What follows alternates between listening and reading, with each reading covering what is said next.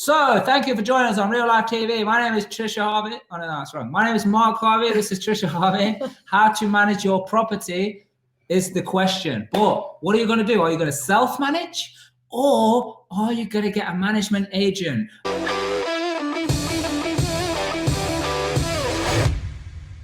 I want to know what it is that your preference would be. So let's just define, first of all, what is self-manage, or what are the different layers of self-manage? Go ahead, Trisha, and go.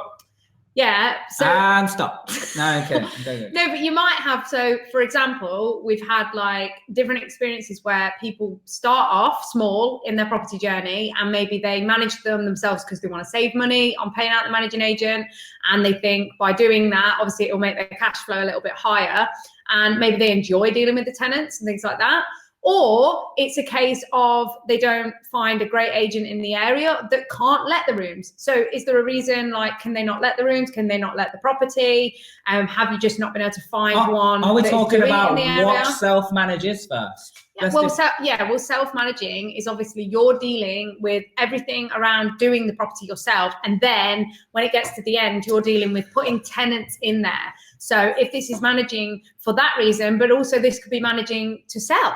Like you could sell off market as well if you're dealing with that and you're not going to put it through an agent, and you could manage and so let's keep it clear. Here's a scenario.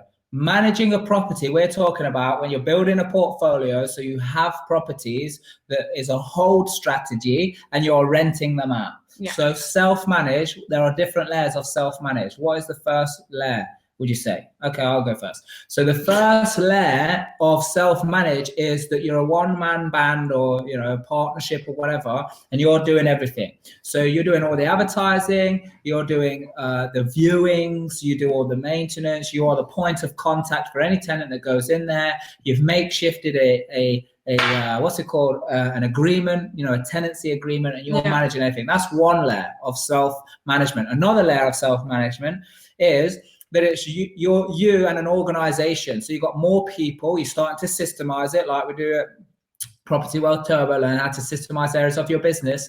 Yeah. And then you've got other people who are running different aspects and different parts of your portfolio. So, but it's still like for me, and you know, wherever you're watching this, comment. I want to know your opinion. Is that still self-manage if you've set up a business or a system where other people are fulfilling that? So we've got a lot of people who do service accommodation. Yeah, that's what I was going to say, like rent to rent and things like that as well, you know, because it's sometimes a lot more short-term strategy. That's another reason why people will manage it themselves, because they're not having long-term ASTs. It's more like holiday lets and short-term rentals. Yeah, so managing. Yeah, so managing, like you got to, if you want to, especially if you want to make a massive passive property business, you've got to have systems set up so people can run the show for you when you're not there. So it keeps producing the income, like even though you're, you know, on the beach or doing whatever. Yeah, because so this came up on a mastermind the other week, and someone was saying, what are the things that I need to have in place to manage the property myself, because it was their first HMO.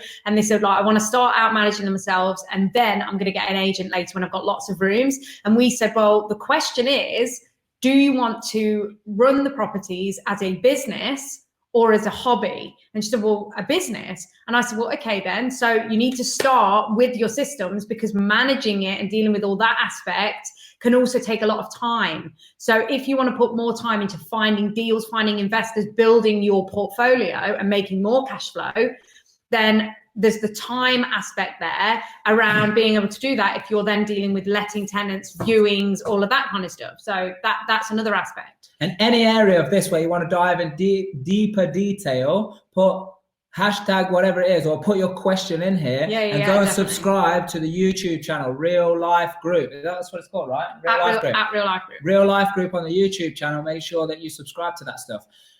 So we got self-manage on the go right now. So now let's talk about management agent. We didn't do that already yet, did we? No. Okay, so management agent means that there is an organization outside of you or your team, your power team. What would you call them? Like high street agents, letting agents, management agents that are going to take care of everything. So they're charging you maybe and well, not maybe, they definitely charge you like a monthly percentage on each rental, like each unit. So if it's HMO, you're going to get charged percentage on the amount of units, monthly income, but also there may be a charge to get the tenant in there as well. You know, like finder's fee for the advertising or the new inventory and all of that stuff that, you know, these guys do. So that's what we talk about, management agent. So let's talk about best practice in a very exciting, enthusiastic way. Yeah. What is managing a property anyway? Well, like, so I'm going to just share my opinion. So, for example, share everybody else's opinion. We have a lot of units to manage, and how I found the experience, because we've gone through a couple of different agents that we work with. So we started out by building a relationship and negotiating on a percentage that was going to work for them and us. Because we knew we were going to grow very quickly. What's best practice in managing a property, regardless whether you do it yourself, regardless of whether it's a management, regardless if the Tooth Fairy or Santa Claus does it for you? What's the best practice? Like, ideal world, let's work out what's the jackpot scenario, first of all, of somebody saying, hey, this is an amazing agent. So the ideal amazing practice. Management strategy. So the amazing outcome of it would be that you have no voids or very, very little minimal voids for very short periods, and they deal with everything. So you don't have to be bothered unless it's something physically that only a landlord can deal with. Good. That's the ideal strategy. Let's say we're starting out and want to manage a property. What's the best practice to get it filled ASAP, probably even before? What's best practice to get your property filled? Because that's part of managing, right? We're managing. So in my experience, I start letting my property at least 6 weeks before it's actually finished renovation stage. So I'll put it online with example pictures of what it's likely to be finished at, the standard. And then when people start messaging and calling, I'll then have conversations with them via WhatsApp, and I'll have phone calls with them, and I'll actually send them pictures, talk to them, negotiate with them prior to it actually being finished. Because remember, you're in the winning position when you've got 6 weeks to go, because you're not in a rush. You need to start slashing your prices just to fill your rooms. So I then start high on the rents, and I say, look, people are securing them. There's a lot of interest in this room. So if you want to secure it, you can put a deposit down now that will go towards your deposit before you move in, which will take that room off the market. Nobody else will even get to see it. And then that means that you've got a room. Listen, the important thing is, once a tenant has put skin in the game, put money down, they will stop looking for other properties then, because they've already secured it. So they just stop looking, right? And then I just keep them in the loop. So I'll send them pictures when it's getting closer to being finished. And most of the time, because of the relationship that we build with them, we also have testimonials from current tenants. But if you're brand new, you might not have this to begin with. But after a little while, get testimonials from your tenants about the service and how amazing your properties are. And then I send those to the potential tenants as well, because they can then, there's nothing better than a tenant seeing it from another tenant's point of view. You as the landlord saying, oh, it's amazing, this and this, it's great and everything, but they can also hear that from a tenant's point of view. It's like a reference from a tenant, right? They then get really excited because they're like, oh, wow, this is what I would want to live in a property. That's the kind of relationship and service I would want. So what you need to do is to put yourself out there, because nobody is going to sell your property better than you. So no matter how many agents you speak to, I have yet to find one. That is the sign of someone who just can't let it go and delegate to someone else. No one can sell it better than you. Hold on a second. Listen, do you ever want to have a day off? Do you ever want to build a massive business? Absolutely. If so, you've got to realize that there is someone out there that can sell it better than you. There is someone who you can actually train up, systemize the business so they can do it better than you. Yeah, if it's in-house. What we're talking about right now is the best practice to managing a property. We're not talking about any agents or self-manage or Trisha manage or anything like that. I thought you were talking about the agents right now. See, let's move these out of the way so you can hear me properly. Yeah, so we're talking about how the best practice to manage. Here, look, we've got a question. So by the way, whether you're watching this live or not, put the questions on here because we will get to them. We'll even create videos for you so you can go and watch them at YouTube. So if you haven't subscribed already, don't do it right now. After this, subscribe on YouTube. So where do you advertise the rooms before it's ready? if you advertise, example, a picture on Spare Room, they block your account. Why would they do that? I mean, Shahina, in my experience, that's never been the case. So I put example pictures on there, and as long as you're describing that, as long as you're putting that in the description, that this is the likely finish of the product when it's ready. The property is not going to be ready until whatever the date is. This is the likely end product. Contact me, or this is the example photographs. Yeah, so you can definitely. So as long as you explain that, it's just. But you can definitely do it from when you've got. Yeah, okay. You can definitely do it. We're having a conversation, right? Yeah, but what she's talking about is. No, I get what she's saying. If she's false advertising, yeah. We're not false advertising. If you've already done a HMO and you're doing a similar finish, then you just use the previous pictures and then write what Trisha is saying. Yeah. But, just say example. But also, that's what's good about Real Life Tribe, is because people do borrow designs from people in different parts of the country. It's like, again, you can say, look, the standard of the finish is this, but this isn't the actual picture. So please do comment. But yeah, you don't need to really go into that bit. You just say these are example pictures these are example pictures because due to the fact that this is going to be brand new and it's currently going through a complete renovation. So therefore, people are securing rooms now. So get in touch quickly. Boom, boom, boom. Yeah. Hold on a second. Look, so let's come back to this because. They blocked my account. That's what I did. What did you do? Just comment the rest. What do you do? Let's go back to this. Do you prefer to advertise yourself or via an agent? Both. Yeah, we do both because again. Yeah, thank you. Excellent. Thank you, Margine. Give the one a day off. Yes. Maybe if she's good. Yeah. They only block your ad if you haven't put down your company name and compliance number. Okay, cool. Which compliance numbers? What are they talking about? I mean, I don't put compliance. So I'm advertising as a live out landlord. So the only thing I've ever had to do, and we have like 7 different accounts on Spare Room through the same account, but we purchase as a company so many different ads so that we can have lots of running at different times, because obviously we have lots of property.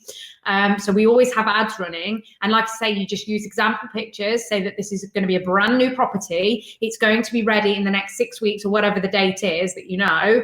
And then you say example pictures, likely finish, will be the same standard, so as long as you've stated that on there. And even I had somebody report the ad once. This has only ever happened once, and then Spare Room called me and said, oh, we've frozen the account. And I said, oh, why? And they said, because they said they saw the property and it was nothing like the picture. And I said, well, the property's not ready for 5 weeks and nobody's actually seen it yet, but that's what the property is going to look like at the end, because I do all of them the same. And they were like, oh, sorry about that, and they just reinstated it. So just always worth give them a call. They're really friendly, really good on the customer service. But I would ring them and ask them what that's about. As long as you're not false advertising, good call. Yeah, because you said you've explained what the rooms will look like and all the rest of it. Yeah, so look, if they have a policy or they've got a particular person overlooking that's taking it off, that is some kind of policy or some kind of opinion or view that has been negotiated. And something we always follow in our tribe, in our training and our coaching is that anything that has been negotiated can always be renegotiated. So you got to make that call. You got to get out there. You got to get in their face, nice, politely, just understand what the rules of the game are. This is something so many people do not do this. They don't do it in their business for sure. They don't do it in their relationships. They don't do it in their families. They don't even do it in their life. And that is play from the same rules as from, the other people you're working with. So if they've got one rule and you're operating from a different rule, then you need to make sure that you get on the same page with people. Yeah. So keep your questions coming, whether you're watching it live or not. Yeah, definitely call again. But whether you're watching live or not, keep the questions coming. We will do it. Put a hashtag YouTube if you're already following us on YouTube, because we've got some amazing stuff coming, some amazing videos. Yeah, because anything we get after the live is finished, we'll do a video on it. Yeah. So it's good. We can keep adding value. Okay, so what's next? So what we've discussed so far, let's summarize. We know what self-manage is and the different layers of self-manage. We know what management agent is. Now we know what the best practice is up to a certain point of advertising. So what's the best practice? Now you've advertised, now you get people in. What's the best practice to maintain high quality rooms, which we did a video on YouTube, by the way, so you can go and watch that. High quality rooms equaling high quality high quality, what's it called? Tenants, high quality tenants. So what's the best practice around that? So we obviously charge, especially in our own areas, a lot more than a lot of the other landlords charge by quite a bit. Now, the only reason we do that is because we supply a supremium service. So when you're providing a better service, supremium service, whatever that is. Supremium. That is a new level. Supremes, there's a band called the Supremes. Hold on a second. No, it wasn't Supreme. It was Supremium. Supremium. Hashtag Supremium. That is higher than premium. Higher than premium. It's called Supremium. Yes, Jack. Supremium service. Carry on. Tell me about the Supremium service. Supremium service. Listen, I'm going to create my own little dictionary here. So Supremium service is that you are giving them a lot more than other people. So therefore you are obviously going to charge more than other people. But the amount that you charge also attracts a certain type of tenant. So for example, if a room was 400 a month and our room was 600 a month, the tenant that would look for 400 would definitely not be coming to view ours. And if they start coming to the property and they're like, oh, but this person's only charging this and it's similar, I'll be like, well, then I'm not negotiating that far down, then that's obviously going to be a property for you. Now, if I know the property, because I know I make it my business to know the competition in the area, which you should always do because it's your business. Competition? What's that? Absolutely. So like if there's other landlords in the area, you should be knowing. Competition. You know what that is? Oh my God, you just kind of talking. There's an awesome word. Yeah, so what I'm saying is you should know what's going on out there, like what other rooms are available. Collaboration. It's your collaboration out there. Okay, well, just make it your business to know what other rooms are on the market, because you need to keep checking your due diligence and demand and things like that, like what you're up against. But the point is, provide a better service. So like we have cleaners that go in every 2 weeks to the properties, so therefore they maintain the standard. So the other day I was doing a video about the fact that we had a tenant in there from 2017 when we first got that property, and they've only just moved out. So they've been in there all that time. All we had to do was go in and do a deep clean. The new tenant moved in the next day for an extra £150 a month to what the other tenant was paying. So $650 a month for a double ensuite room in that area is very, very high, but they know the value that's coming with it compared to what's out there on the market. Really nice high finish in the property itself, and it's maintained to a supremium standard. Yeah, baby, supremium. So let's answer some of these questions. So let's just mention, okay, Paul, great contribution there. So there's different levels when using management agents. Absolutely. Always negotiate whatever it is that you want, what it is you want to do, your side and their side. So so maintenance rise, for example, maintenance for us. So because my build team does the whole renovation to finish, for at least a year after they've done that, they do the maintenance. Because if anything happens and it's not something that the tenants have caused a problem, you know, they go back to the property for free, because it's almost like a guarantee for the first year. But obviously you need to check this with your own tradesmen. But so for the first year, they do not go back for free. They do for the first year. Yeah, and if it's like leaks and if it's something from like the work is that's what I'm saying. Not to standard. If it's the fact that the tenants have wrecked something, then that's different. Oh, yeah, but for the first year, maintenance wise, that should be included by the trades team that did your build in the first place. So just keep that in mind. Like a manufacturer warranty kind of thing. Manufacturer guarantee. Look, what portion of finding your tenants is done by your own marketing instead of left-brainer statistics? I'm going to be completely honest. My market, I send all the tenants, pretty much 99% of them, I find. Oh my goodness, I just realized there's something, because we have Property October coming up this weekend. It's Friday through to Monday. And oh my God, there is something about raising finance that we do. And there's a marketing piece in there. Yeah, and we use the same strategy when it comes to our tenant, and that is why Trisha probably finds 90%, 99%. No, I'm serious. I'm serious. Every tenant that's in our rooms, I found. What's the benefits of using a management agent if you can manage the property yourself? Like the management agent would still ring you to sort out maintenance issues. Claytus, I have a top tip on that. So what I do is when I have my properties at the very beginning, I set up a WhatsApp group. It has my managing agent, my builder, so the maintenance, and the cleaner all in the same group. So that what happens is, as soon as a tenant reports... And Boris Johnson as well. Yeah, Boris Johnson, of course. But what happens is as soon as the tenant reports an issue, it goes into the WhatsApp group. So one message deals with everything. So the cleaner most of the time reports the issues because it's, you know what the tenants are like, they don't let you know. And then it creates a massive problem. So the cleaner will report a maintenance issue into the group, and that then alerts the build team. So then they'll go and visit the property, and then the managing agent will just deal with the tenant. So I don't even have to do anything. I don't get involved at all. She wishes. She can't stay off WhatsApp. Yeah, she's all over it. So look, well, answering your question, what's the benefit of using a management agent? It's like, it depends on what your agreement is. Again, this is something that we work on when it comes to building power teams. Yeah, we work on this intensively on how to set up the rules of engagement. Who's doing what? You know, what is the agreement here? Because it's like you may have some rules or some tiers of maintenance where you just let them do it up to a certain value, you know, or certain type of problem, fixing door handle or something like that. Yeah. And they only contact you if there's some kind of bigger decision to be made or a bigger spend that needs doing. But what's the benefit of using them is it depends what's more precious, your time. This is what the whole debate's about.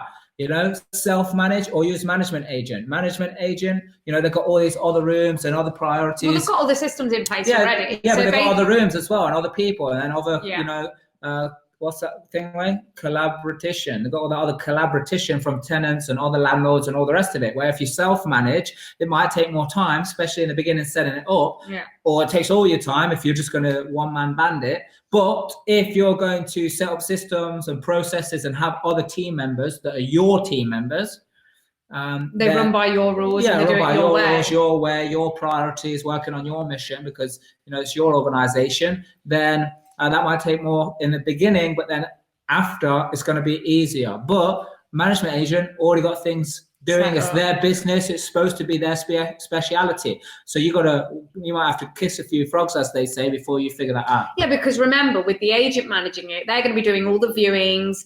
They should be speaking to tenants. They should be taking deposits, dealing with the contracts, dealing with the credit checks, dealing with the referencing. So that's a lot of time, especially if you have HMOs. That's multiple rooms that you're having to do that to. And like for us, at one point, we had like 50 rooms come to the market all at one time. Like if you were self-managing that, that's all you would be doing. You wouldn't be finding any more deals, dealing with any more investors, growing your cash flow and growing your capital gain. You would be absolutely just focusing on dealing with tenants, and obviously some tenants whinge, some tenants are absolutely fine.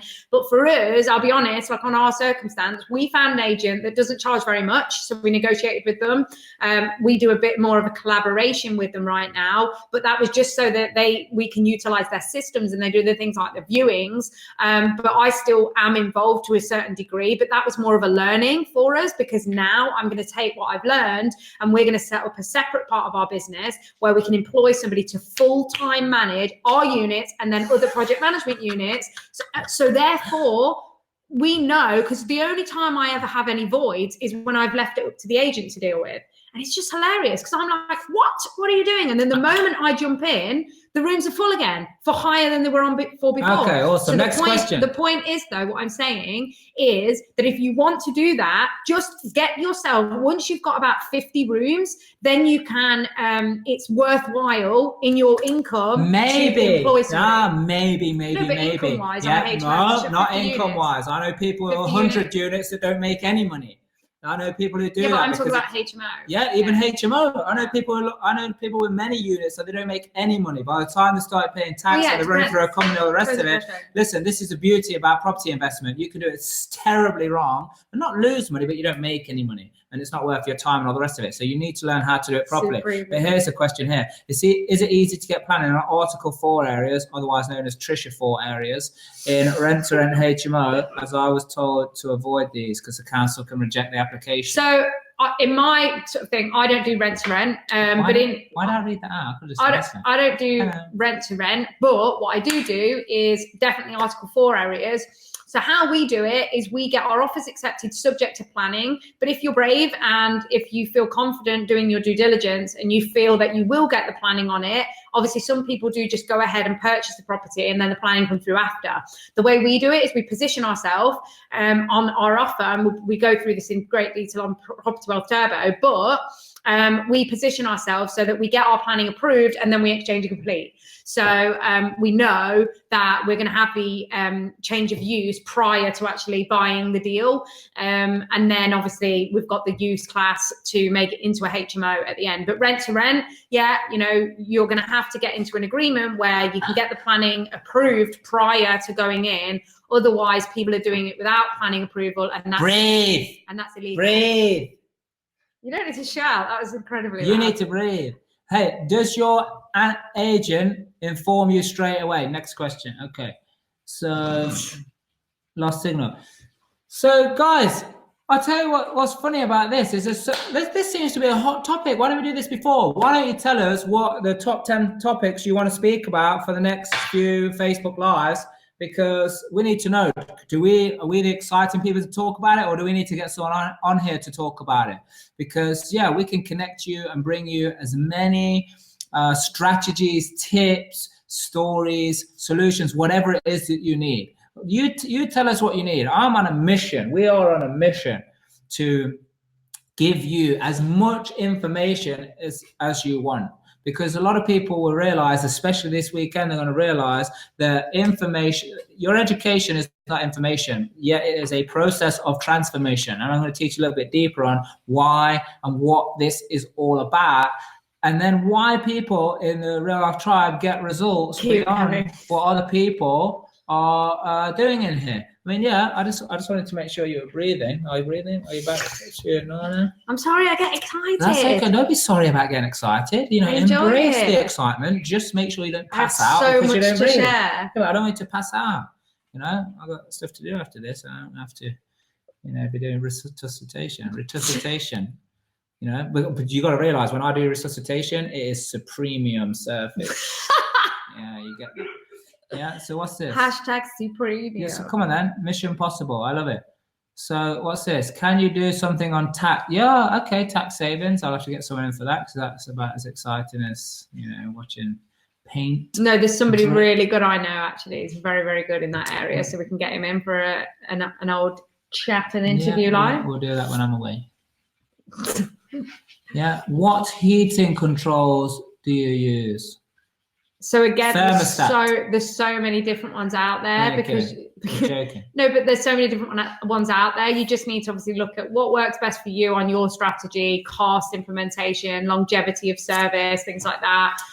So give us what's heating controls? Are we talking what they're talking about smart meter? Yeah, because they're talking about Hive and stuff like that. So we have those in our ones where you can switch it off from your phone. No. Just look at the bill and be like, whoa, sunshine. Well, you best get that heating off. I don't care if it's December. Beep. And just turn it off. Beep, beep. Off, beep, beep. Yeah, and then you can turn it on in the morning, so then they think it's on, and then beep, beep, and you just turn it off. No, but there's also things like thermostat. Don't do that, guys. I'm not advised. That was a joke. What there are, there's systems like thermostat, which turns the heating off if nobody's in the house, and they can go and press a boost button. Our tenants turn it off, so we train them. Yeah, but listen, if you've got the house renovated properly and it's well insulated, like some of the ones that we had to thermaline board the whole property, they're so well insulated, you only need the heating on for 10 minutes. In our HMOs, we have these boards, you know, with like why to take the bins out and all the rest of it. Notice boards. Yeah, notice boards. And we also leave a picture of the last tenant that did not turn the heating off or disrespected the heating system. We leave a picture of that person, what happened to them when they didn't respect the heating system. So I think that's kind of working because they get the message. It's like, hey, I've got to respect what's going on. What do you look for in a good management agent? Killer question. Come on then, Trisha. What do we do? Well, I'm still reading it. Why don't I do this? Yeah. So in regards to management agents, the things you want to ask them is how much obviously are they charging what's the percentage that you're going to charge? What are they going to give you in exchange for that? So what service are they willing to exchange for that money? Are there any additional charges? So this is where you want to find out, do the tenants have to pay a fee? Do you have to pay a fee if they find the tenant?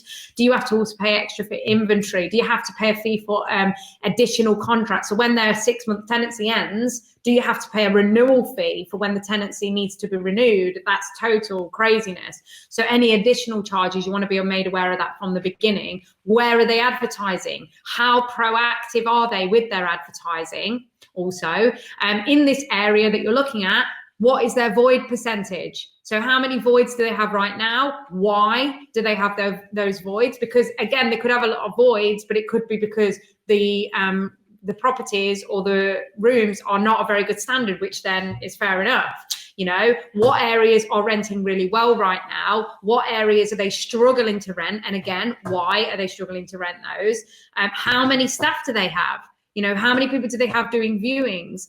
How proactive are they at responding to spare room, Gumtree ads, things like that, out of hours? You know, if a tenant is contacting you, are they going to get back to them straight away? Dan, did you mention someone? Yeah, by accident. No, I didn't. No, he's just calling him out. Yeah. What? I've broken the thing. I've broken the broadcast thing. So, percentage. I like that. What else would you ask them? You see, Trisha gets I've just given so much stuff. Trisha gets all that stuff. I want to ask them how they operate as a business. Who are the staff? I want to meet the staff. Who answers the phone? I want to call it up myself and pretend that, you know, I'm a tenant and to say, hey, you got this situation in my thing. What do I do? And see how long it takes them to call me back. You know, I'm a little bit crazy like that. Yeah, let Mark speak. You take some breaths. Yeah. So look, you got to. How are they operating as a business? That's what I'm interested in, you know. But that's kind of where our partnership works well, because Trisha does the day-to-day stuff. But I did say that. How many staff are they? Yeah, I know that. So I didn't say how many staff. I said how they run as a business. You see, look, that's the problem when you don't listen too good. Sometimes it can inhibit your learning or your teacher or coachability. So how do you work out your voids, Richard? It's a good question. What do you mean? How do you work out your voids? What your percentage of voids is? I don't have any. That's simple. Yeah. No, if you have a spreadsheet voids, together. But what that question is about is asking them what their voids are. So if they have any voids right now, it's why? About that. Asking them. Good. Yeah, because I just gave loads of questions. You must be part of an intelligent property investment tribe with lots of good-looking and amazing people. Oh my goodness. No, you must be. I mean, to call it a supremium question like that. You know, this is top drawer stuff. So you ask them how do you work out your voids? What are your voids? Show me on the paper. Yeah, that's the thing. I remember when we used to go around to some agents when we started in the early days. We used to go around everybody, you know, because we wanted to see what the situation is. And I say, show me your list. Where's your list of people that you're calling right now? I want to see how big it is. What is the list? Is it on computer? Well, that one guy did show it as. Yeah. Yeah. What concerned me was it was on a piece of paper. So that concerns me because it's like, oh my goodness, you're on a piece of paper. Like, what if, you know, you lose that piece of paper? Is that finished? No, but it's true, isn't it? You know, so it's a little bit concerning, a little bit how old school people are, but you've got to get into their business. Oh wow, people are waiting. Okay, so guys, amazing to have you here. This was fun. Look, Real Life TV. Put hashtag Real Life TV right now if you want this to be a TV channel. RLTV. Oh, sorry, that's what I meant. Yeah, that's what I meant. RLTV. And if you want some more TV shows, we have something amazing. It's coming to you very soon. It's called Transformational Tuesdays. Now, what is that all about? What's that all about is people don't just get some results or get financially free in our tribe. They make a total transformation. So people, you are going to be seeing every Tuesday an awesome miniature little film. I'm going to make it a film. Shall we make it a film? Yeah. Transformational Tuesday film where you're going to hear these stories. Yeah, hashtag Transformational Tuesdays. Put that in there right now if you want to see that. There's nothing better than hearing results from the people themselves. Not even results, the transformation. What happened in the beginning? How, you know, what did you go through? How did you make this transformation? What was the mindset? What was the insight? What were the little pieces of nuggets that enabled you to go out there, change your entire life. Yes, Supremium channel. Supremium channel. Oh yeah, do you know what? We could have real life TV, then we could have a Supremium service, which is like, I don't know what, but we'll figure it out one day. Yeah, so real life TV, if you want to see more of that, put hashtag Transformational Tuesday if you want to do that. Yeah. And if you're part of the tribe and you want to be a part of that, make sure you message our team, because we need to get you on that list. There's literally a waiting list of people that need to be interviewed so we can come up with this TV program. All about the transformation. That's going to be awesome. So just before you go, give me some top things that either you want right now. So we've already had some thing about tax. Can you write that down? So we do a video on tax. Yeah, we'll get someone to interview on tax.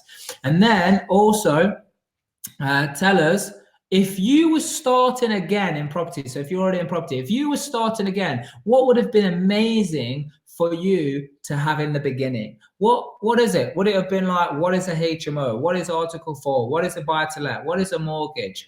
You know, what is a property? You know, what is money? I don't know. Yeah, what is it that would have been awesome for you to know in the beginning? Oh, how to select a training provider. Maybe that's what it is. Oh, there's plenty of that. Yes, the controversy. There's plenty of that out there on the thing. Listen, it's all about results, is what we think it is. But I'll tell you something, it's all about the transformation, because if you're going to get results that you never got before, then you have to be someone else. Because if the person you are or was going to get the results, then you already have them. Making sense? Yeah, because you've got to go through a transformation. And that's exactly what happens when we go through our education. It's not like, I don't want to call it education. It's probably called edutainment, because you got to have fun. Yeah, all of the above. I like that. You know, I actually forgot what I said. So if you could just repeat, you know, if you could just put in the comments what I said, because I can't remember what I said anymore. Yeah. What else was I saying? Oh, okay, guys, for those of you that are coming to Property Wealth Turbo, make sure you get some sleep over the next few days. You're going to need because it. I want you to become rest. Make sure you have your Weetabix or a healthy alternative. I used to think that it was something healthy, but apparently it is not. My nutritionist tells me. So make sure you get excited, because Property Wealth Turbo is going to be amazing. By the way, if you are not there yet, or you don't even know what this Property Wealth Turbo thing is, it's a 4-day program that's literally going to blow your mind. Four Look, days. No matter what I say, will not even explain what you're going to do. But if you want to succeed in property, not just knowing the information, because that's not what it's about. But if you want to know how to deal with whatever goes on in the market, then you need to get yourself there. Yeah. So message the team, message real life group page, ask your questions, figure it out. Someone will contact you. Yeah. What else have we got? Look, if you want to be a part of the tribe, you need to put a hashtag, what's it called? Hashtag pick me. What have you been putting? Hashtag pick me. Yeah, so look out for these hashtags of pick me, and we'll set up some calls with the relevant people, or ask you the relevant questions to see, hey, are you really for real in wanting to make this happen for you? What I have since been told, I thought that's what it was all about. What I've since been told, this is giving people the confidence to stay in the game, the confidence to be able to raise the money, the confidence to be able to come back from, knockbacks, push downs, when people are pulled out and things like that. The confidence not to quit. Yeah, I mean, we have some really amazing advanced stuff that we're going to be talking about very soon. But really, this is a family. We have built a culture. We have built a culture where people are there to support each other, love each other, as soppy as it sounds. But let's face it, we all need some love in our life. Put hashtag love if you need love in your life. We want to hear from you. Only if you're serious about getting results. If you want to be held accountable, you want to know how to make money, lots of money, create wealth, have more fun in your life, have more excitement. Transformation. Yeah, transformation and all that. Look, it cannot be explained in words. Because all areas of your life change. Yeah. So great job, guys. Blessed to be, even in a position where you guys want to listen. So hopefully I'll see you soon. At least go subscribe on the YouTube channel, where we're going to push stuff out to you every day. Yeah. By the way, there's a free program you can get where the 6 best kept secrets on how to raise investor finance. We actually used it last time we calculated, which was a long time ago, so it's definitely over that now. £12 million, over £12 million we raised with it. But what I do want to do is I want to collect all the information from the tribe, which we will be doing because of the real life awards. So if you're interested in real life awards, put hashtag 14. Why? Because it's on the 14th of December. Hashtag 14 if you're interested in coming. You know, Tribe, you're going to get obviously the invite to that. But if you guys want to come and support some awesome people, we're going to be giving out many awards to all of our Tribe members for the excellent work that they have been doing based on the votes that are going to be going out as well, the categories. Okay, people. So thank you very much. Much love. See you very soon. Stay tuned.